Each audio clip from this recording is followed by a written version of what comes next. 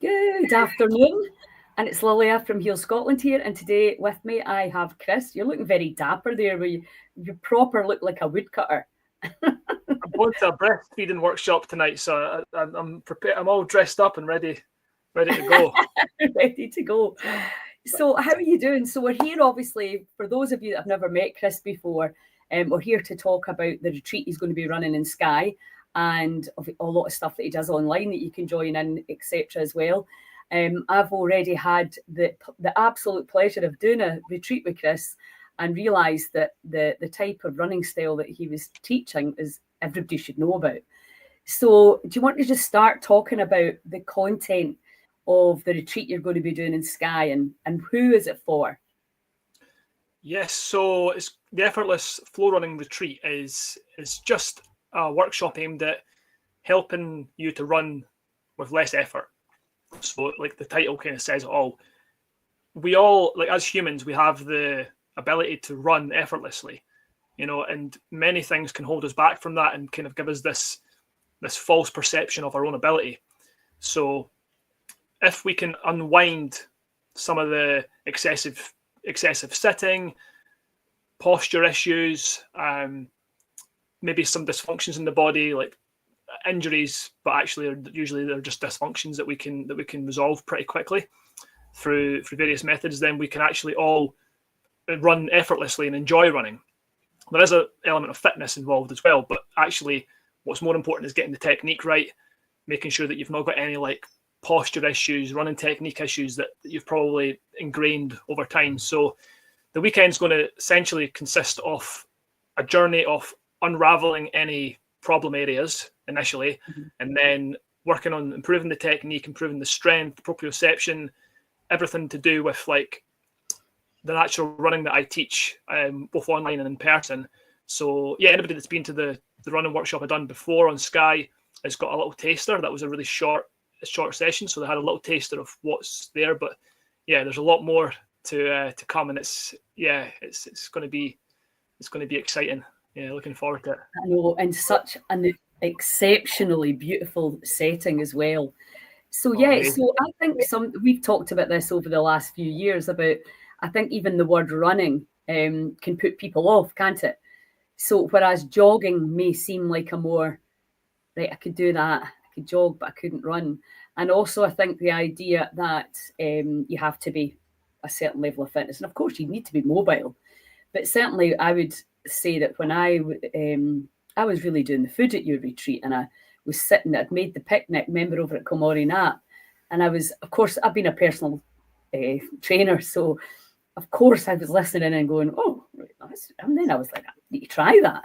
So I ended up kind of getting involved more by default than design, and was absolutely amazed at, again, it's that whole thing, getting to this age and nobody's ever shown you that way to run, which is not only do you use less energy, you're almost certainly not going to get injured, which I think, a lot of kind of endurance sports and impact sports now get a bit of a bad name, don't they? But it's just not that at all.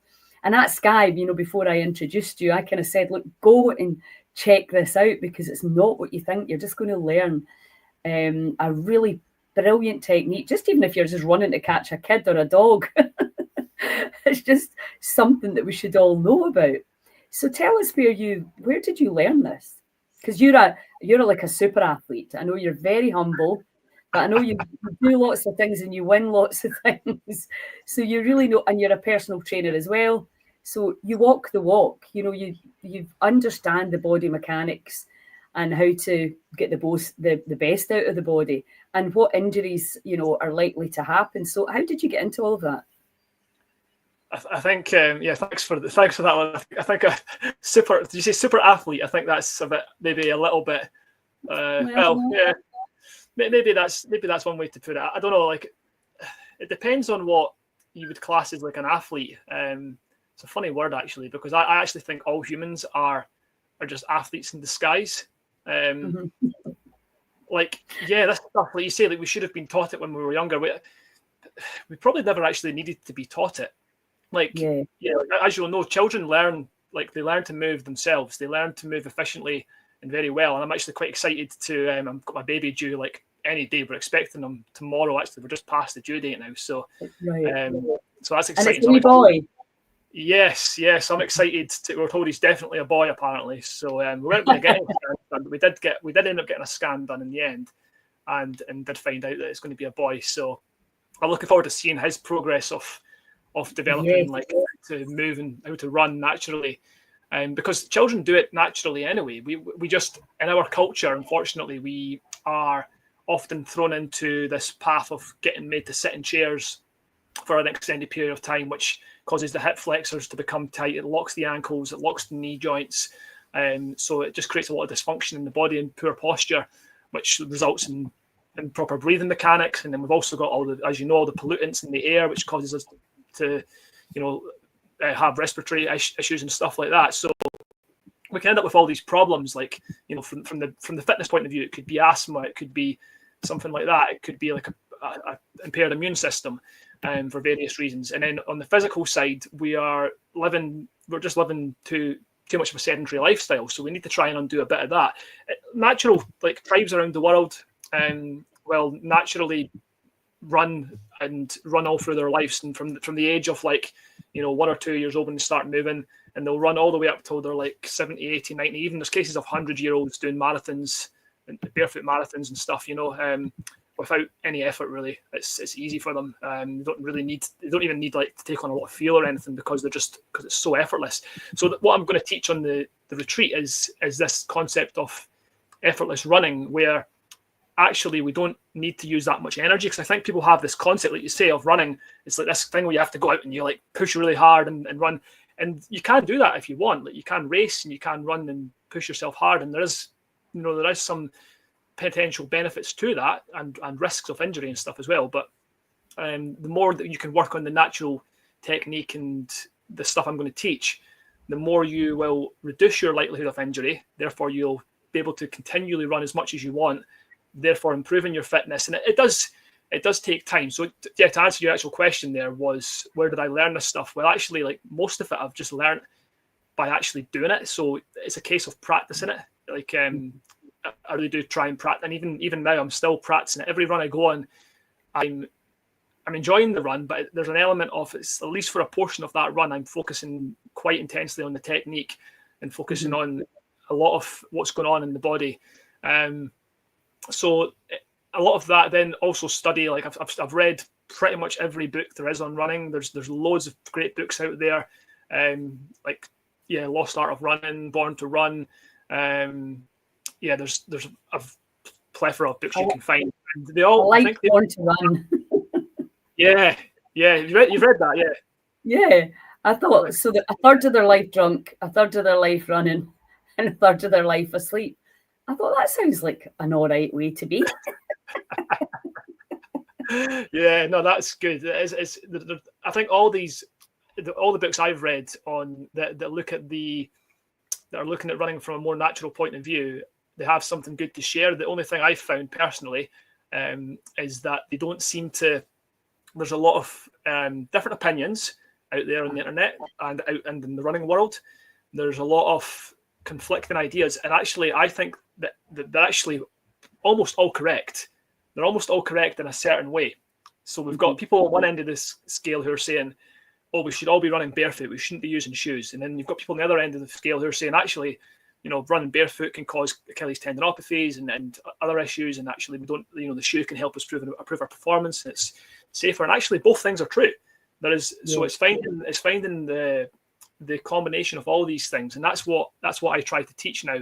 As I've developed over the years, I've been trying to figure out what is the correct way, and it's actually a combination of all these things.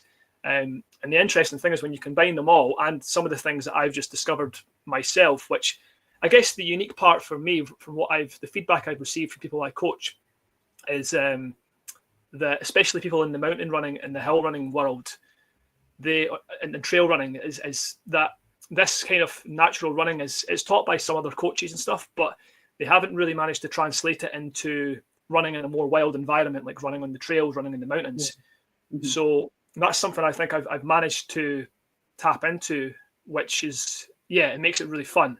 Like being able to run up and down a mountain, you know, in like an afternoon, and feel like you've just been for a walk in the park, you know, but you've got you've got the amazing endorphins going and the adventure you've just been on. You know, it takes like a day to do a hike up there, and there's nothing wrong with hiking. I enjoy that too, actually. That's good. But there's something about being able to move fast and light, and like, you know, I mean, Skye, for example, you could cover the entire Coolin Ridge, you know, in like a day, or less than a day, in, you know, several hours. Whereas it takes most people, it takes, you know, a few days to do that with an overnight stop. So yeah, looking so forward. You can cover a lot of ground if you're short of time, or just, you know, if you've only got a couple of days. So that's another reason to do it. But I think what you're saying there, in terms, because I was going to ask you about shoes, the problem is there is no one right way for every single person. You know, we find the thing that we like and that we're comfortable with. And if you're regularly running, then you might choose to wear a shoe now and again, rather than if you're only running, you know, once a week or whatever. So everybody has to find their own way. And that's what's great about the way you teach it, which is there's all these different ways to do it. There's no right and there's no wrong, because they've done the same in the breathwork world and the sound. You know, it's always like, well, this is the best way. That way's dangerous. You have to do it this way. And it's just like, oh my God. You know, they're just all ways, and find the way that suits you best. It's the same with nutrition. I mean, how overwhelmingly complicated have they made that now? You know, everybody thinks they've got the best way to eat. And, you know, people just end up not doing anything. And also, if you go on and Google it and you think, well, they're saying I could injure my Achilles if I run in my bare feet. Well, there is an element of truth to that. And especially if you're not trained, and if you go barefoot at first and you've never done it before, then clearly, you know, you have to teach these muscles, don't you? Exactly, yeah, and that was the big issue with like the Born to Run craze. I think it was back in like the 90s, when the book was first released. People were like, oh, and the Vibram Five Fingers came out, which again are great, but everybody just went straight into this barefoot running craze. And for some people it worked okay, but for many people it just caused a lot of injuries, and then once you go down that path of injuries, it's kind of sometimes hard to get your way back out of it again, which is a shame. But that's what I teach on the courses that I run. You know, I run an online course, basically teach people how to find out the level that you're at.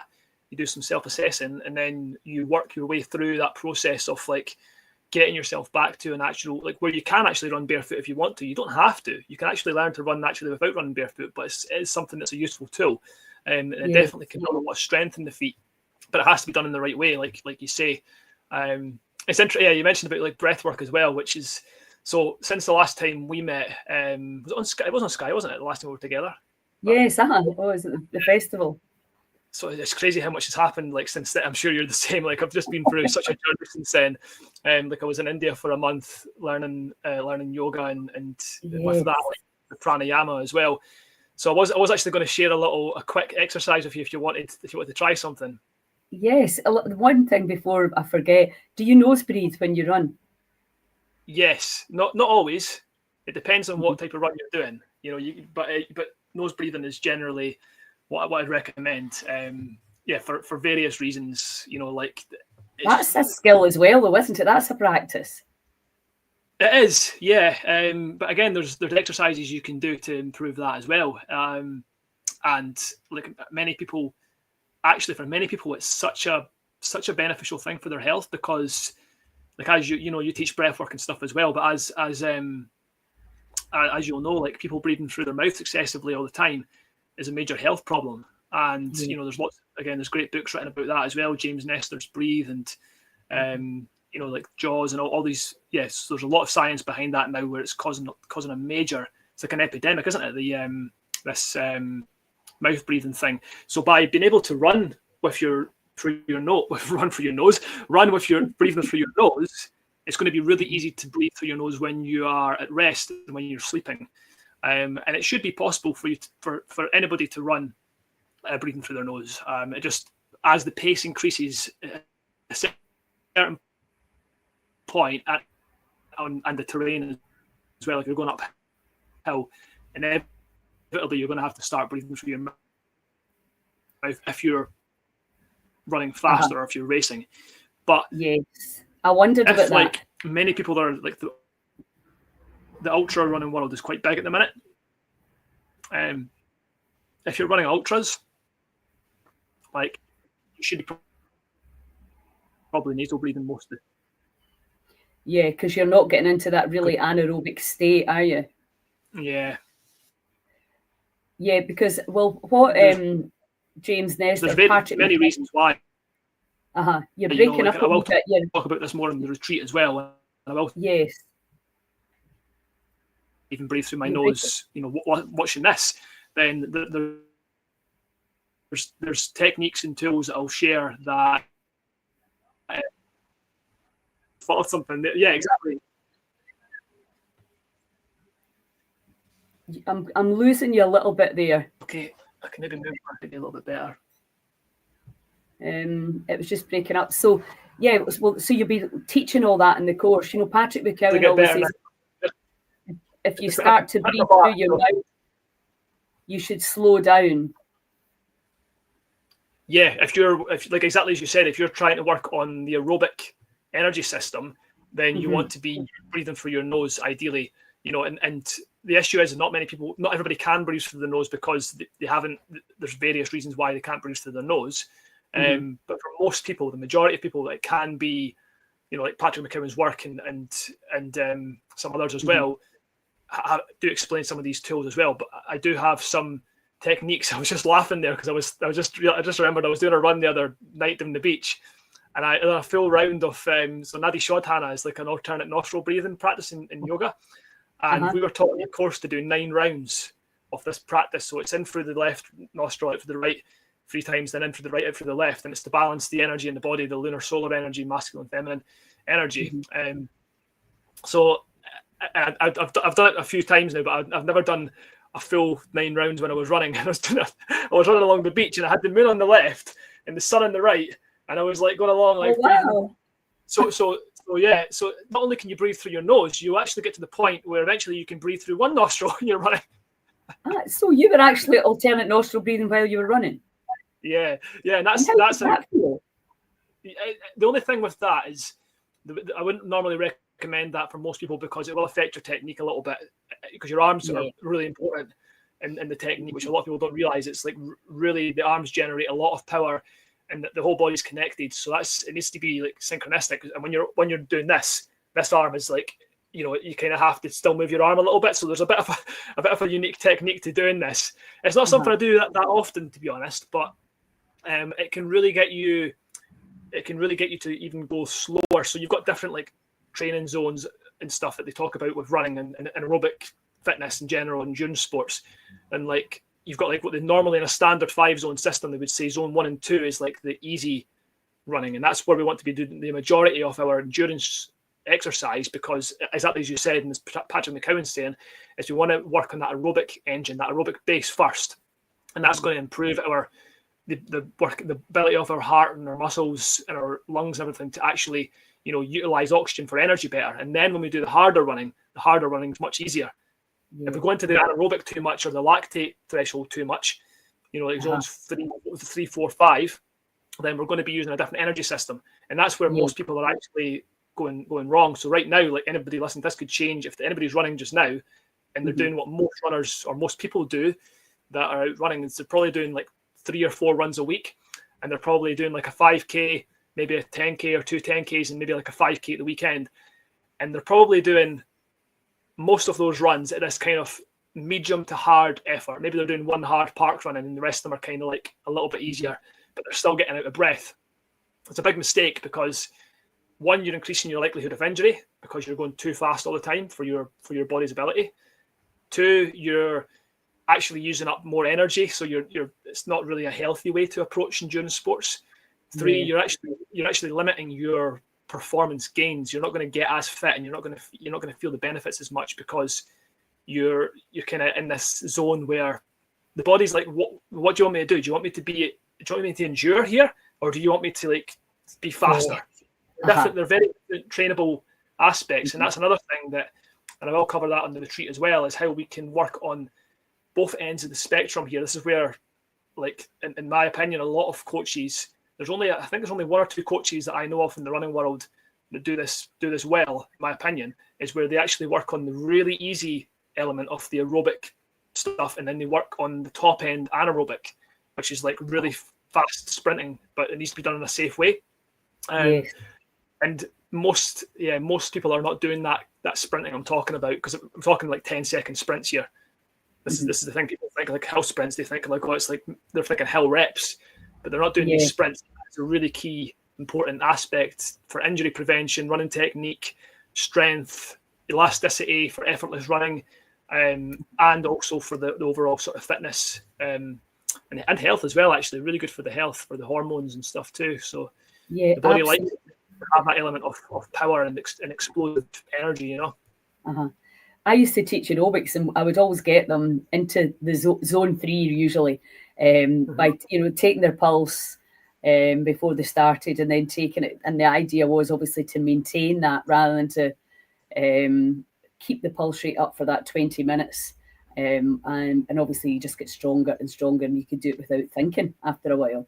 And then I heard the kids talking about their training in zone, different zones now.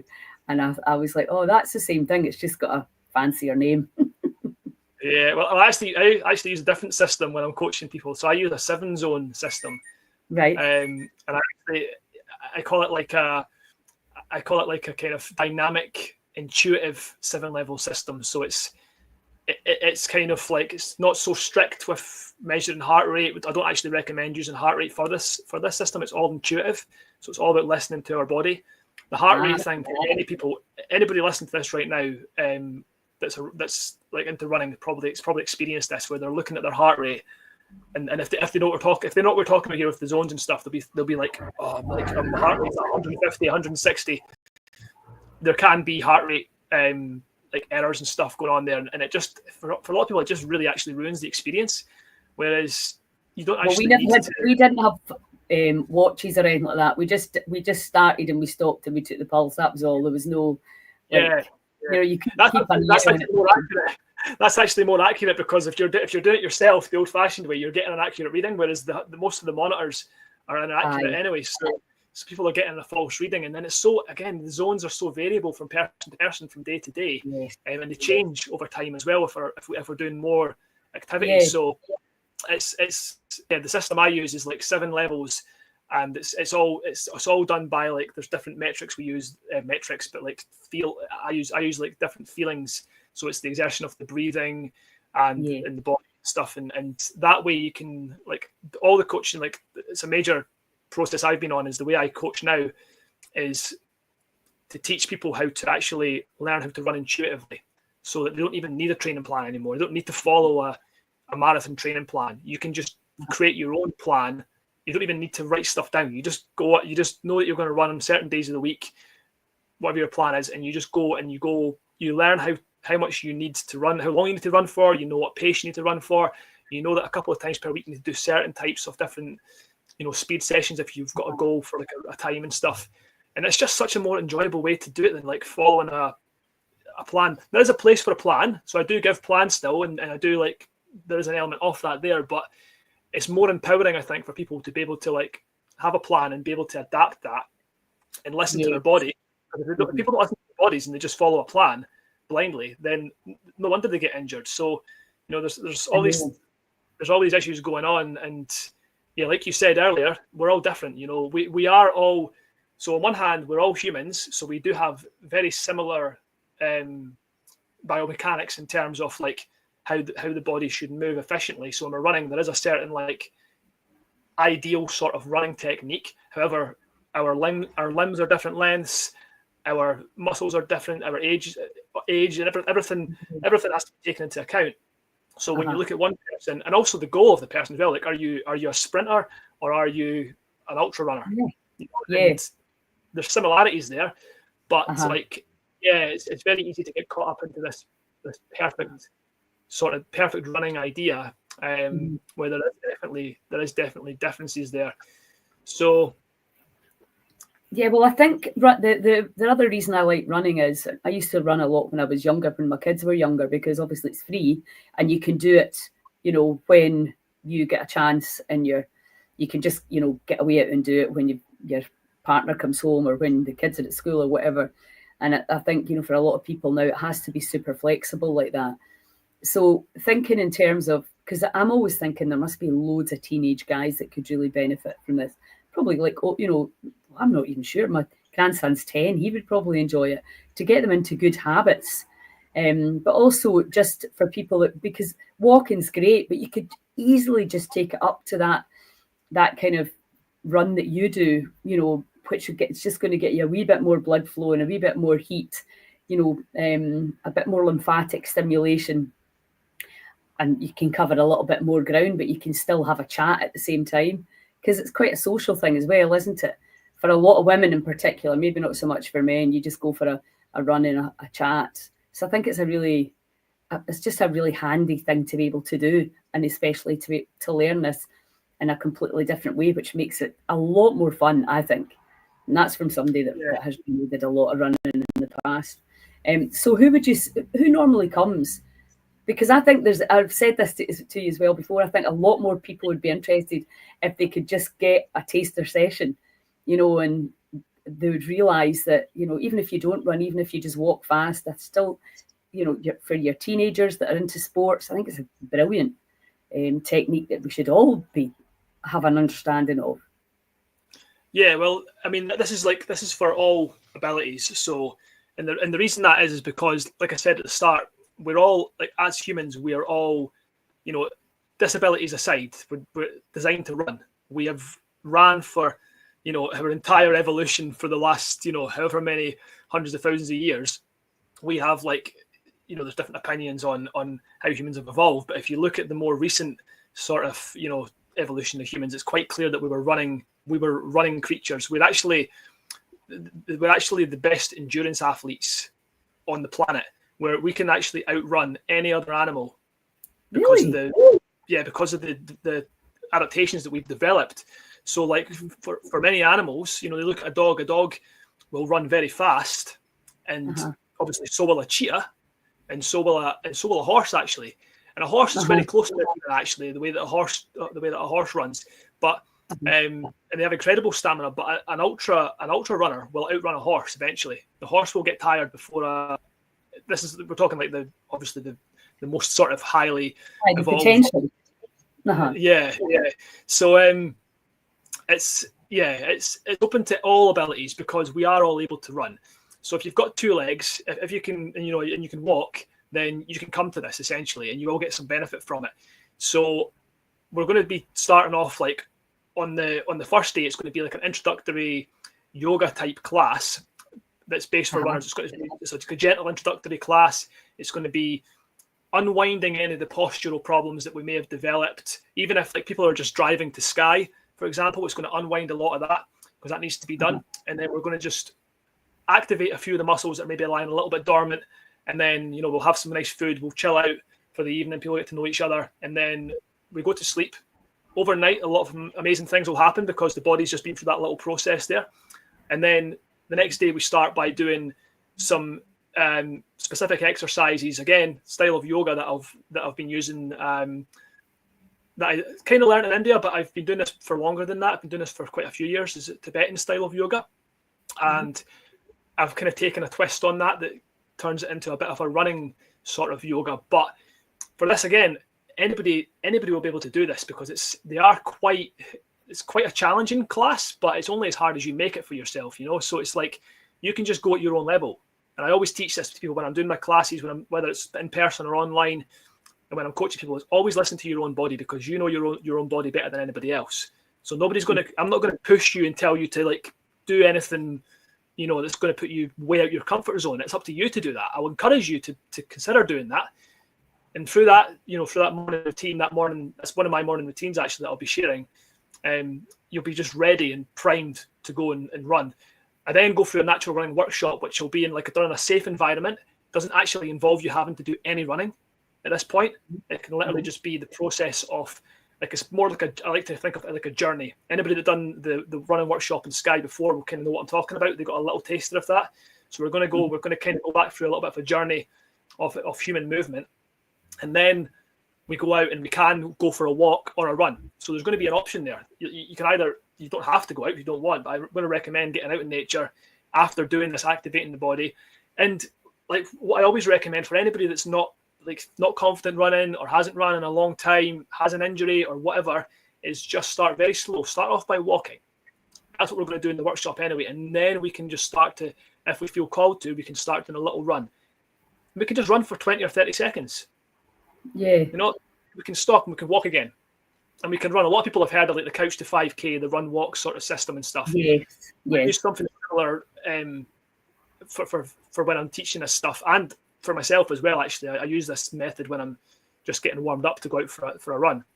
Mm-hmm. And it's just a progressive, and again, it's intuitive. It's not so much like on these apps where they tell you to run for a minute, walk for 5 minutes, and all this. It's not like you're not got like an app with a timer on it. It's intuitive, mm-hmm. and then we just go by feel. And you know, we're going to have a mixture of people there, I'd imagine. So, like at the last time, it was quite a mix of people. So, mm-hmm. if there's people that want to just walk, or they want to just run kind of slow, then there'll be that kind of group there. There's going to be people there probably that I've met on races and stuff, and that I've been coaching for a while, that are going to come, and they're going to want to push themselves a little bit more and go for a bit more of an adventurous run. So that's going to be an option as well. But it's going to be like, as you said, it's going to be like a social fun run, because that's what I've seen it happening more. It's great. Like, this is becoming a real thing in the UK, especially I'm down in Devon now. And it's fantastic. They've got we're doing these social runs at the local coffee shop and stuff, and it's amazing. Loving it, and I'm doing it as well with my online community. I'm back up to Scotland in December, first of all, and I'm going to be going on some runs around the Pentlands and stuff, and it's not like these are just like social, have a chat, and because we're running easy, you know, we can have a chat and just enjoy it, and then, you know, have a coffee, whatever, and it's just such a great way to like, and I think you said like for women it's something they do is like a nice social thing, but I think for guys it's actually in a way it's even more powerful for men, because men don't tend to have as many social connections in that way.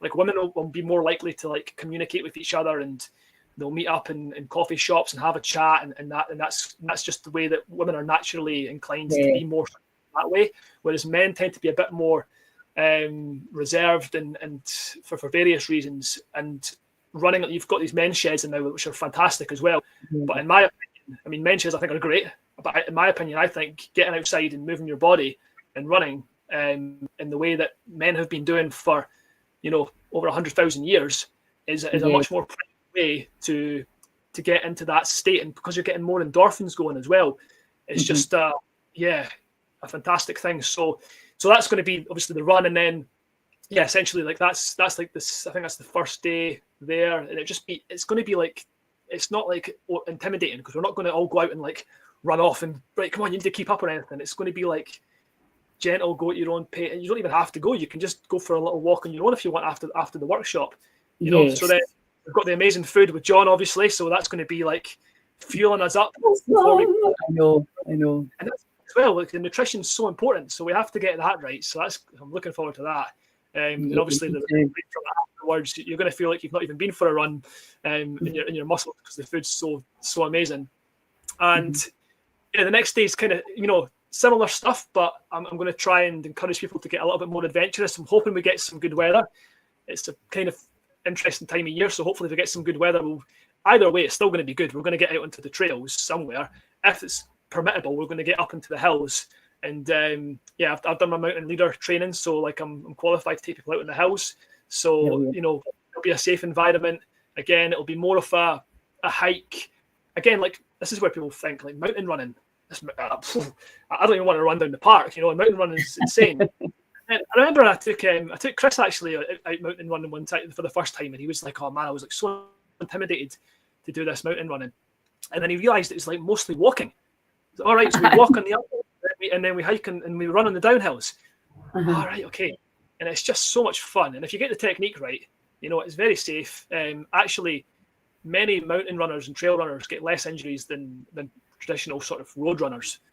You know, really? Because you're changing the joint angles, and you're changing you're in a more natural, so the terrain is more giving on the body. Yes, there's high impact if you're coming downhill. So that's where we have to work on the muscular endurance and make sure that we've got the strength and the joints and everything there. But yeah, and then I'm going to be sharing as well this thing that maybe some people have heard of, and because I know that the sort of Heal Scotland space and stuff are quite into a lot of this stuff. But have you heard of WIDA before? Of what? WIDA, WYDA. It's a type of yoga.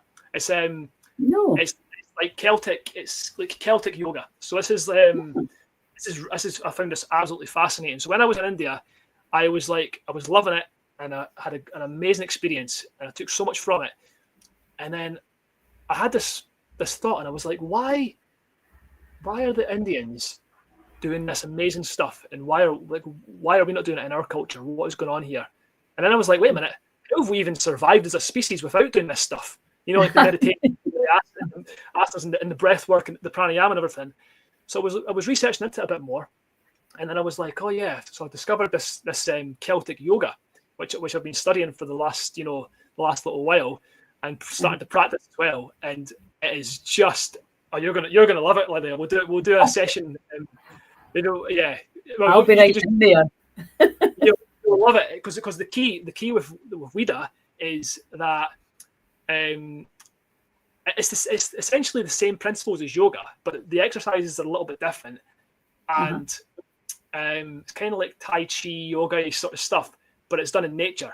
And the key is it's done in nature, and ideally around trees, because the ancient sort of Celtic people were very much connected to nature. And this is another thing that I thought of in India. And I don't think this is maybe not always the case, but I find yoga is sometimes quite disconnected from nature. It's often practiced in like a gym environment or a rubber mat inside. Yeah, and I think sometimes because of the weather and stuff, I think it's still good to do that so that you've got the safe environment to get into the right space for it. We can get plants and stuff, and that's what I recommend to people, is to get plants in your space and make your environment as natural and as toxic free as possible. But this WIDA is just fantastic, and it's so especially I think I'll be really interested actually to see. I haven't shared too much of it yet with people in person, so I'll be interested to see if people haven't really experienced that much yoga before, what they'll get from this. I think it's going to be quite powerful. But yeah, it's like meditation, yoga, Tai Chi, all combined into. But it's our culture's lost yoga, basically. Yeah, it's like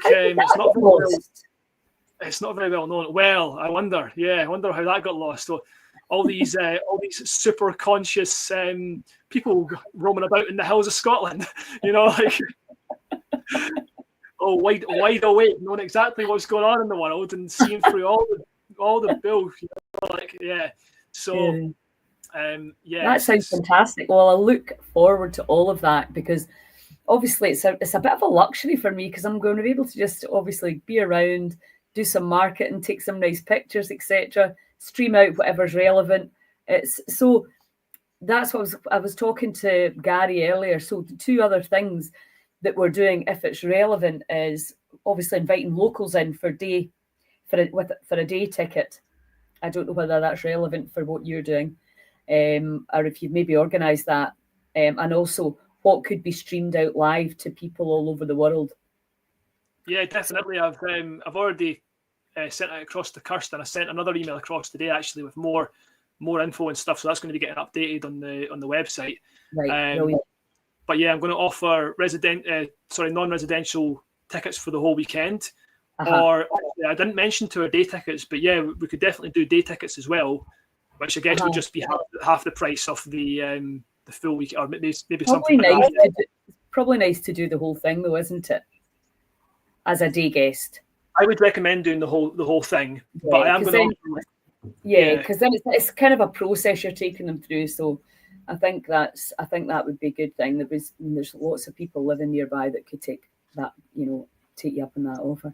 And I'm looking forward to really exploring that area and seeing where we can go to do things like, what did you call it? Kaiga. WIDA. WYDA. I need to Google that. WYDA. DA. DA. Yeah, you won't find that much about it online, to be honest. You'll find I think there's some people from like the Northern Europe, some Northern European people are practicing it still. It wasn't. There's certain areas around the continent that are not quite that have managed to somehow keep it going a little bit. And then there's some people in Ireland that are still. Ireland are actually practicing it quite a bit as well. But it's not that easy because, like, the thing is with like the Celtic tradition and the our ancestry is not a lot of stuff was written, as you probably know. Like a lot of stuff was just passed down through word, because that's the best way to learn, isn't it? Like the best way to learn is doing, which is like why this is like really exciting, like doing all these retreats and stuff, because it's the best way to learn is in person to person. As much as we practice, yeah. So so there'll be non-residential offerings for people that want to come and don't need the accommodation, so that'll be there. Ideally, the full weekend would be the way to go, but probably could do day tickets as well. But I have said that we'll do like any of the classes, like the yoga. If somebody feels like, oh, that sounds like a good yoga class, that sounds pretty cool, if they want to do that, they can just join that. Especially the weeder, because that's going to be done outdoors, so like there's not going to be a space. So people can, so it's really about the amount of space we have that's going to limit how many people will come. So that's going to be the limitation. But a lot of the stuff I'll be doing, hopefully if we can do it outside and stuff, then it's going to be much more open. We can live stream, pretty much live stream all of it. So I've sent stuff across today, so hopefully that'll all get updated and it'll all be different options. Will be there. But I mean, to be honest, like I would recommend, if you've seen the accommodation, it's amazing, isn't it? So like if you've got an option to get a ticket, come and stay. Yeah, definitely. And obviously, if you stay on Skye, then you probably won't need the accommodation. So that's where you would get the non-residential. Absolutely. That's so exciting. Yeah, looking forward to it. Like, it's some lineup. I can't wait. And I'm up with John. I'm driving after the goddess gatherings. I'm going up to Skye. So I'm going to go and get a proper recce and get lots of videos and photos and look at it from a kind of trainer point of view, just to see where we can go, where we can walk, etc. So exciting. And listen, please let me know when the baby's born. well we're expecting probably tomorrow, I reckon. Filming tomorrow. So and I get to babysit.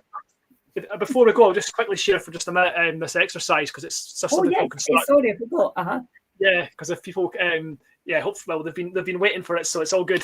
That's why we saved it till the end. So you maybe done it before. It's a pranayama technique, but we're kind of combining two pranayama techniques, and it's really useful for runners or for anybody that wants to improve their respiratory system. So anybody that's got any breathing issues or anything, this can be really beneficial, because it's actually strengthens the lungs, strengthens the windpipe and the entire respiratory system, and it's a really powerful tool also for down regulating the body and the mind. So it puts you into your rest and digest in your nervous system. So it's good for before sleep. It's good for before meditation. So it is known as the psychic breath in Sanskrit. It's called Ujjayi breath. Have you tried it before? Oh, yes, I know it. Ujjayi, yeah. So it's Ujjayi, and we're also going to combine a diaphragmatic breathing technique with the arms. So obviously, two things. When we're running, we want to be using a diaphragmatic breath, because that's going to make the breathing much easier. And if we can strengthen the respiratory system, then when you turn up on Skye, you're already going to have a head start. So it's worth practicing this little technique to anybody that's watching this. So what we do is we'll begin by, if we do the one arm on your belly, just there at the front, pressing into the belly, and one arm on the back, just the same manner, like that. And we're just going to try and breathe all the way out, so that we feel a gentle contraction. Feel the belly button pull in as we breathe out, exhale, and then inhale into that space. Try and expand the abdomen as much as you can. And what we're trying to do here is we're trying to get as much movement in the arms in both directions as possible. So we're trying to move the rear arm might not move much because the back might be quite tight, but I'm going to share exercises where we can actually sort that out as well. Because the more we can expand the abdomen here, the more we're going to actually start breathing into the bottom of our lungs using the diaphragm. So just do a few that side, and then just change your arms around. Same thing with the other arms, just so we're creating balance here when we're doing it. And just try to create as much expansion as possible.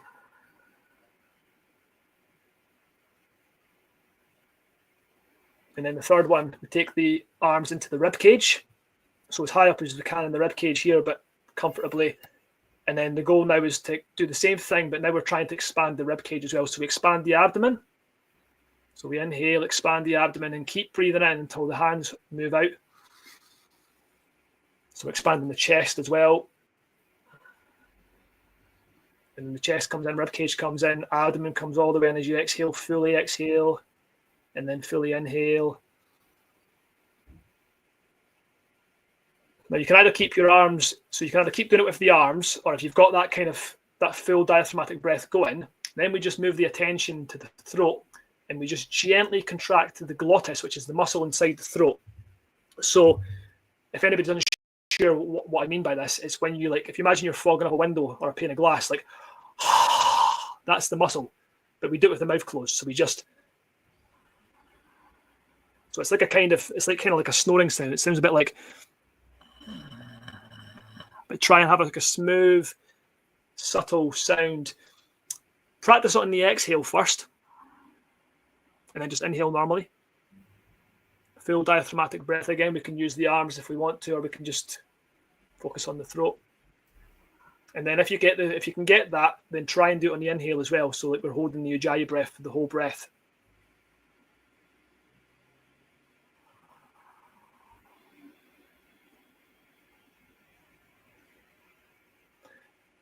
And it's recommended to practice it for like a good few minutes with the eyes closed. The only contraindication to this exercise is quite a strange one, actually, is if you're a very introverted, this is why I didn't tell you before you started earlier, is if you're very introverted, then it's recommended you don't do it. I'm not actually 100% sure why. I've got a feeling, I mean, after practicing it a few times, if you practice it in like a kind of meditative state with the eyes closed, after a few minutes, you will notice this like real, you can get into like a real deep meditation pretty quickly. It's very, takes you very inwards. So I think for people that are very introverted, it can be a little bit overwhelming to go that deep. So maybe better to start with like just some normal meditation practices first and then go into it. But I mean, for most people, it's as far as breathwork goes, it's a really safe one to do. Yeah, so it's a good one to practice because that's nice. Yeah, like most people don't, pranayama and breathwork, they have so many benefits, as you know as well.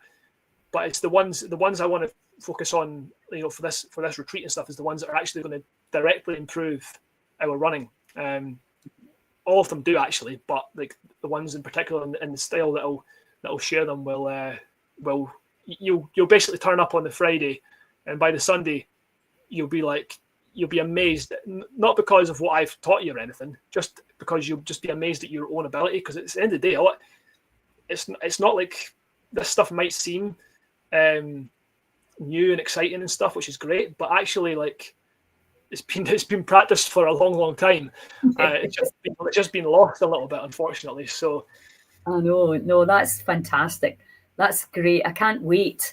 I've not been doing much exercise, to be perfectly honest. Recently, I've been here, there, and everywhere, walking the dog a bit. That's been it. So I look forward to. That's why I'm looking forward to doing some hiking in Skye, and just get out and do some beautiful walks, because the scenery there just blows your mind. Oh, it's amazing, yeah. And if we do get the good weather, like we're right on the foot of the Coolins actually, but we probably won't be going up into depending on the group we get, we'll probably stick to some of the more gentle hills. But we've got like some amazing hills there and trails and stuff that are a bit lower down, which are like still really fun and can be quite challenging for people that are even really fit, but also it's going to be safe and like comfortable for people to, you know, have an adventure in a safe environment. Yeah, exactly, without feeling like intimidated and stuff. So yeah, it's going to be good. But I don't know if you had any other questions, Lilia, or if that was. No, I think that's good. It gives me an opportunity to talk more about it as well. And yeah, because we need to obviously let the people that are living in Skye know which retreats they can join in with, which is, to be honest, most of them, I think. And get the word out. That's really what we want to do now, and just give people a deeper understanding, because I know that the Strong Healthy Running Retreat, which was fantastic, that name wouldn't have drawn me in. I think this is a much better name, but still, it's just I was thinking about the difference between a jogging club and a running club. It just kind of says we're just going to be plodding along rather than, do you know what I mean? It's almost got a totally different feel to it. Yeah, that's interesting as well, because jogging and running, I would say they're the same thing, really. Like jogging. Exactly. There's a certain point where we're walking. The way I see it is we're walking until a certain point, and then when we get to this kind of fast walking or power walking, hiking's different. Power hiking's okay, but walking fast to a certain point is just not, as you will know, it's not biomechanically great for us and for our knees and stuff. So at a certain point, we should actually just go into a run. And I mean, this is the thing where I think a lot of people don't even realize, when you kind of get into this, it's amazing when you get into this effortless flow running sort of stuff, because you can run effortlessly. You're not breaking a sweat. You're not getting out of breath. It's not like you're still getting health benefits from it, but you could be walking along the street and you're like, oh, I've got my appointment in 10 minutes. No way I'm going to get there in 10 minutes walking. You just start running. And it's just, and you just run there, and you get there and you're like, you don't feel like you just ran. You feel a bit better. It's not like you're sweating and you're like, oh, I can't go into this appointment now. So for your time management and stuff as well, it's amazing to be able to just. It's a very practical thing to be able to do. Totally, yeah. And I mean, for anybody that's got kids, grandkids, it's just going to make your experience so much more enjoyable with them, because you can go. Maybe you don't have to go on runs with them. You can do, but you can you can play with them more and be more mobile and move. Because I think this is another thing that's worth mentioning actually, is the impact of running. People often think that running causes injuries, but actually, if we do it properly, running prevents a lot of injuries and it prevents a lot of long-term issues. So, the joints and everything, the joints love impact in the right way. They love the bone density that's increased by running. It's the likelihood of you breaking a hip when you get old goes way down if you've been running consistently throughout your life, or doing some kind of, it doesn't have to be running, but some kind of sport where you're getting some impact on the body. So it's a real misconception, this thing about running ruins your joints and stuff. It only ruins your joints if you're running incorrectly, or you're doing too much too soon, or if for some reason you're maybe your diet's not on point, or there's another issue there, or something that's not being looked after. But it'll be it's just going to make you stronger and keep everything working better. And bone density isn't an issue now, because of the toxins in the food. It's affecting the bone, so you can run an awful lot of that stuff away if you move. You're getting inspired to run again. You should. I think this is the key thing, is something people don't realize is you don't need to have having a goal is great. You can have a race goal or an event or something you want to do. You want to run 10K by the end of the year or something. But even just going out for 10 minutes, 15 minutes, you're still going to get a lot of benefit from doing that 2 or 3 times a week. Absolutely. Just doing that, and it's actually it doesn't take you hardly any time. You don't even. I mean, I've been known to run about. I'll run about wearing this sometimes, just because I'm if you start, the more barriers you create.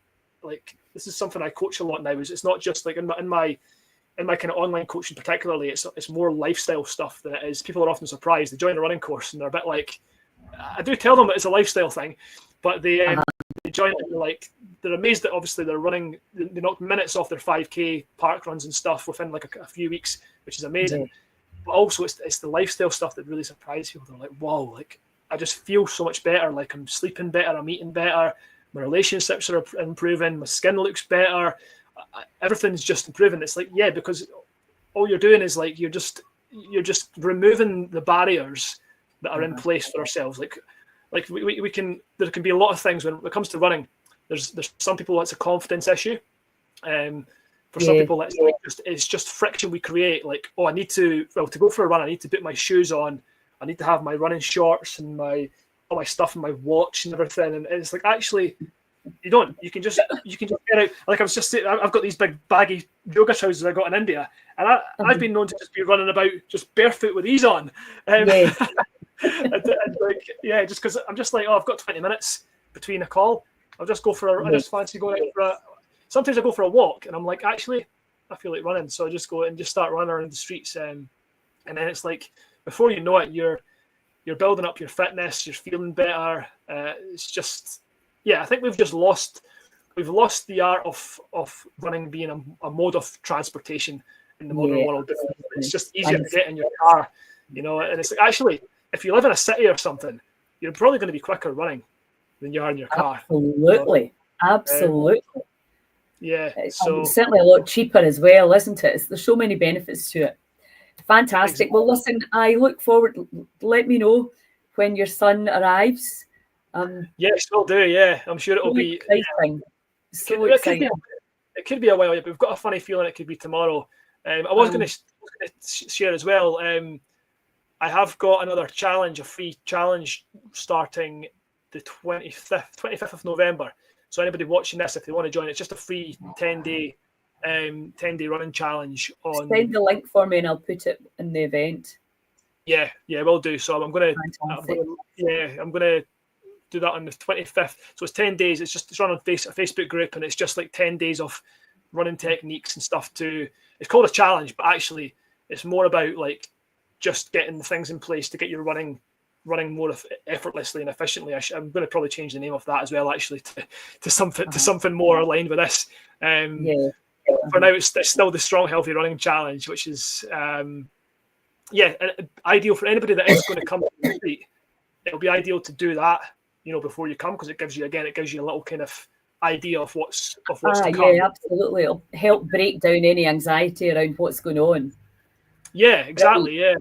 And that's the key thing, really. It's like there is nothing to be anxious about, because people realize that straight away, don't they? As soon as they start doing it, they're like, oh, actually, right, okay, this is all right, and it's quite fun. Like, I was looking at the pictures the other day from the one we done before, and people were just loving it, weren't they? It's like, it's just going back to having fun, and that's great to move. It just feels great to move.